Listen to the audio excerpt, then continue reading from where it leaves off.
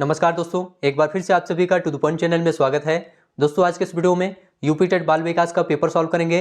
Junior स्तर का यह पेपर है 23 जनवरी 2022 का। आप लोग ध्यान से इस वीडियो को देखिए और एक एक प्रश्न को आप लोग अच्छे से मिलाइए। तो चलिए शुरू करते हैं। पहला प्रश्न है दोस्तों, निम्न में से कौन सा शिक्षा मनोविज्ञान की सर्वाधिक व्यक्तिनिष्ठ विधि है? निरीक्षण, बहिर्दर्शन, प्रयोगीकरण, अंतर्दर्शन। देखिए दोस्तों, शिक्षा मनोविज्ञान की सर्वाधिक व्यक्तिनिष्ठ विधि अंतर्दर्शन विधि होती है, इसलिए आपका यहाँ पर चौथा ऑप्शन सही है। चलिए अगला प्रश्न है, एल्बर्ट बंडूरा निम्न में से किससे संबंधित है? संज्ञानात्मक विकास से, व्यवहारवादी सिद्धांत से, मनोलैंगिक विकास से या सामाजिक अधिगम सिद्धांत से? तो देखिए दोस्तों, एल्बर्ट बंडूरा जो है ये सामाजिक अधिगम सिद्धांत से संबंधित है और इन्होंने 1963 में सामाजिक अधिगम सिद्धांत दिया था। तो यहाँ पर आपका चौथा ऑप्शन सही है। अगला प्रश्न है, अधिगम में पठार निम्न में से किस कारण बनता है? थकान द्वारा, अप्रेरणा द्वारा, रुचि द्वारा, परिपक्वता द्वारा? तो देखिए दोस्तों, अधिगम में जो पठार होता है यह थकान द्वारा बनता है या थकान के कारण बनता है। ठीक है, तो यहाँ पर पहला ऑप्शन सही है। दर्पण चित्र परीक्षण किसे मापने हेतु प्रयुक्त होता है? सृजनात्मकता को, अधिगम अंतरण को, अभिरुचि को, अधिगम की गति को? तो सही ऑप्शन है दोस्तों, दर्पण चित्र परीक्षण जो है ये अधिगम की गति को मापने के लिए प्रयुक्त होता है। यहाँ पर आपका चौथा ऑप्शन सही है। क्लाउड पिक्चर परीक्षण निम्न में से किसके मापन में प्रयुक्त होता है? तो क्लाउड पिक्चर परीक्षण दोस्तों ये व्यक्तित्व के मापन में प्रयुक्त होता है, इसको ध्यान रखिएगा। यहां पर आपका दूसरा ऑप्शन बिल्कुल सही है। चलिए अगला प्रश्न है, 5 वर्ष के मोहन की मानसिक आयु 8 वर्ष है, उसकी बुद्धिलब्धि क्या है? बुद्धिलब्धि निकालने का सूत्र होता है दोस्तों, मानसिक आयु बटा वास्तविक आयु गुणे 100। मानसिक आयु 8 वर्ष है तो पहले 8 लिखेंगे, बटा वास्तविक आयु 5 वर्ष है तो नीचे 5 लिखेंगे, गुणे 100 लिखेंगे। ठीक है, 5 से 100 काटेंगे, 20 पंचे 100 हो जाएगा और इस 20 का जो है 8 में गुणा हो जाएगा, 20 अट्ठे 160 आपका यहाँ पर आंसर हो जाएगा। चलिए अगला प्रश्न है, इनमें से कौन सा आईक्यू स्तर मंद बुद्धि बालकों का प्रशिक्षण योग्य आईक्यू स्तर कहलाता है? 36 से 49, 50 से 69, 35 से निम्न, 70 से 79? देखिए दोस्तों, 36 से 49 आईक्यू स्तर का जो मंद बुद्धि बालक होता है वह प्रशिक्षण योग्य आईक्यू स्तर के अंतर्गत आता है। यहाँ पर आपका 36 से 49 बिल्कुल सही है। चलिए अगला प्रश्न है, सभी प्रश्न ध्यान से आप लोग देखते चलिए। रोसा इंक ब्लड टेस्ट का प्रयोग निम्न में से किसके मापन हेतु किया जाता है? रुचि, बुद्धि, अभिक्षमता, व्यक्तित्व? देखिए दोस्तों, रोसा इंक ब्लड टेस्ट का प्रयोग व्यक्तित्व के मापन हेतु किया जाता है, इसलिए आपका यहाँ पर चौथा ऑप्शन सही है। चलिए अगला प्रश्न है, यह विस्मृति का कारण नहीं है, क्या नहीं है? मानसिक द्वंद्व, स्मरण करने की इच्छा, सीखने की दोषपूर्ण विधियां, सीखने में कमी? देखिए दोस्तों, स्मरण करने की इच्छा जो होती है यह विस्मृति का कारण नहीं होता है, इसलिए आपका यहाँ पर दूसरा ऑप्शन सही है। चलिए अगला प्रश्न है, वह विज्ञान जो संख्यात्मक प्रदत्त को एकत्र करने, विभाजित करने, प्रस्तुत करने, तुलना करने और व्याख्या करने की विधि से संबंधित है वह कहलाता है? क्या कहलाता है दोस्तों? इसे हम सांख्यिकी कहते हैं, सांख्यिकी के नाम से जानते हैं। चौथा ऑप्शन आपके यहाँ पर सही है। चलिए अगला प्रश्न है, निम्न में कौन शेष से भिन्न है? ऑप्शन है रैवेन का परीक्षण, 16 पीएफ, ड्राइमैन परीक्षण, टीएटी परीक्षण? देखिए दोस्तों, रैवेन का परीक्षण जो है यह इन तीनों से भिन्न है क्योंकि यह बुद्धि का परीक्षण है, बाकी सभी यहाँ पर व्यक्तित्व परीक्षण से संबंधित है।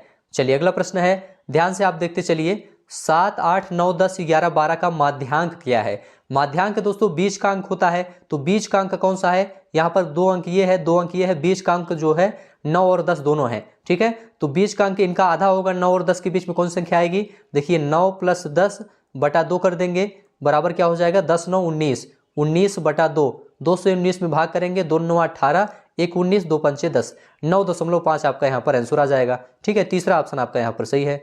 चलिए अगला प्रश्न है, सूझ या अंतर्दृष्टि के सिद्धांत का प्रतिपादन किया किसने किया?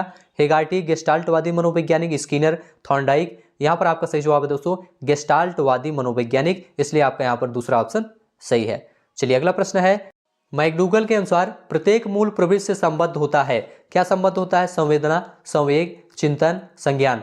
देखिए दोस्तों, मैकडूगल के अनुसार प्रत्येक मूल प्रवृत्ति से संवेग संबंधित होता है, इसलिए आपका दूसरा ऑप्शन सही है।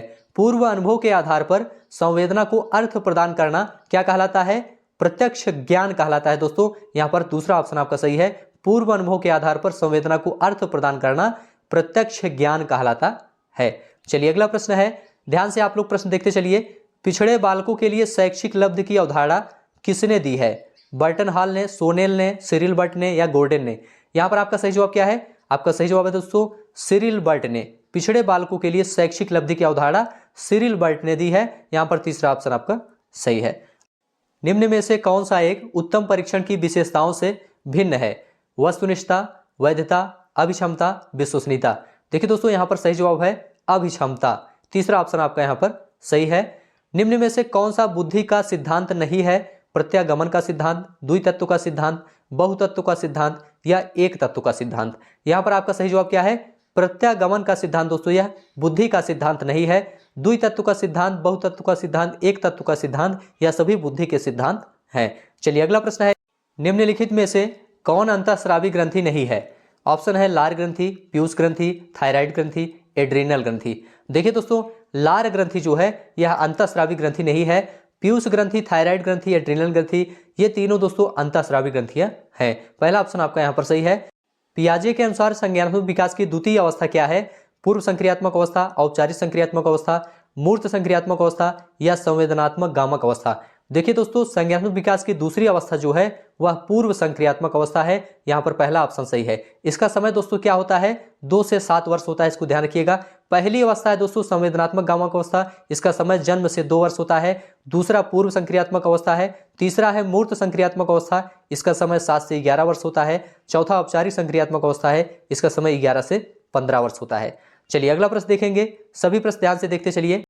मूल प्रवृत्ति की एक प्रमुख विशेषता है जो पाई जाती है सभी प्राणियों में तथा जन्मजात व प्राकृतिक होती है, केवल चूहे तथा बिल्लियों में, केवल कलाकारों में, केवल मनुष्यों में। यहाँ पर सही जवाब है दोस्तों सभी प्राणियों में तथा जन्मजात व प्राकृतिक होती है मूल प्रवृत्ति। ठीक है, तो यहाँ पर पहला ऑप्शन बिल्कुल सही है।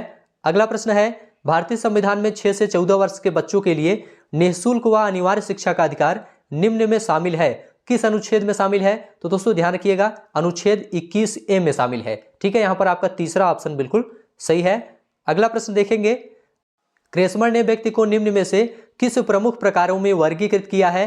गोलकाय, सुडौलकाय, लंबकाय, तीनों में वर्गीकृत किया है दोस्तों, इसलिए आपका यहाँ पर इनमें से सभी सही हो जाएगा। चलिए अगला प्रश्न है, टीईटी का उद्देश्य निम्न में किसका मापन है?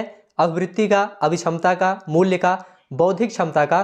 तो यहाँ पर आपका सही जवाब है दोस्तों अभिक्षमता का। यहाँ पर दूसरा ऑप्शन आपका बिल्कुल सही है। संघनन का सिद्धांत निम्न में से किसकी व्याख्या करता है? अभिप्रेरणा, स्मृति, सृजनात्मकता, अधिगम। देखिए दोस्तों संघनन का जो सिद्धांत है यह स्मृति की व्याख्या करता है। यहाँ पर आपका दूसरा ऑप्शन बिल्कुल सही है। निम्न में से शारीरिक विकास को प्रभावित करने वाला कारक क्या है? देखिए दोस्तों शारीरिक विकास को खेल तथा व्यायाम भी प्रभावित करता है, वातावरण भी, वंशानुक्रम भी प्रभावित करता है, इसलिए आपका यहाँ पर तीसरा ऑप्शन सही हो जाएगा इनमें से सभी। अगला प्रश्न है, बुद्धिलब्धि की गणना का सही सूत्र निम्नलिखित में से कौन है? देखिए दोस्तों बुद्धिलब्धि निकालने का सूत्र होता है मानसिक आयु बटा वास्तविक आयु गुणे 100, इसलिए आपका चौथा ऑप्शन सही है मानसिक आयु बटा वास्तविक आयु गुणे 100। चलिए अगला प्रश्न है, विचारात्मक चिंतन की चर्चा निम्न में से किसने की है? देखिए दोस्तों विचारात्मक चिंतन की चर्चा डीवी ने की थी, यहाँ पर आपका चौथा ऑप्शन बिल्कुल सही है। चलिए अगला प्रश्न है, आगमनात्मक तर्क के स्तरों में कौन शामिल नहीं है? सामान्यीकरण, प्रयोग, कल्पना, अवलोकन। यहाँ पर आपका सही जवाब है दोस्तों आगमनात्मक तर्क के स्तरों में कल्पना को शामिल नहीं किया गया है, यहाँ पर आपका तीसरा ऑप्शन बिल्कुल सही है। चलिए अगला प्रश्न है, सीखी गई बात को धारण और पुनः स्मरण करने में असफल होना क्या कहलाता है? दोस्तों इसे विस्मरण कहते हैं, यहाँ पर आपका चौथा ऑप्शन बिल्कुल सही है। तो इस प्रकार से दोस्तों 30 प्रश्न यहाँ पर आपका कंप्लीट हो गया। यह जूनियर स्तर का पेपर था बाल विकास का 23 जनवरी 2022 का। आप लोग अपना स्कोर जरूर बताइए 30 में आपका कितना स्कोर सही हुआ है। वीडियो को यह समाप्त करेंगे दोस्तों, इसके आगे के विषयों को नेक्स्ट वीडियो में लेकर आएंगे। अभी के लिए बस इतना ही। वीडियो देखने के लिए आप सभी का बहुत बहुत धन्यवाद।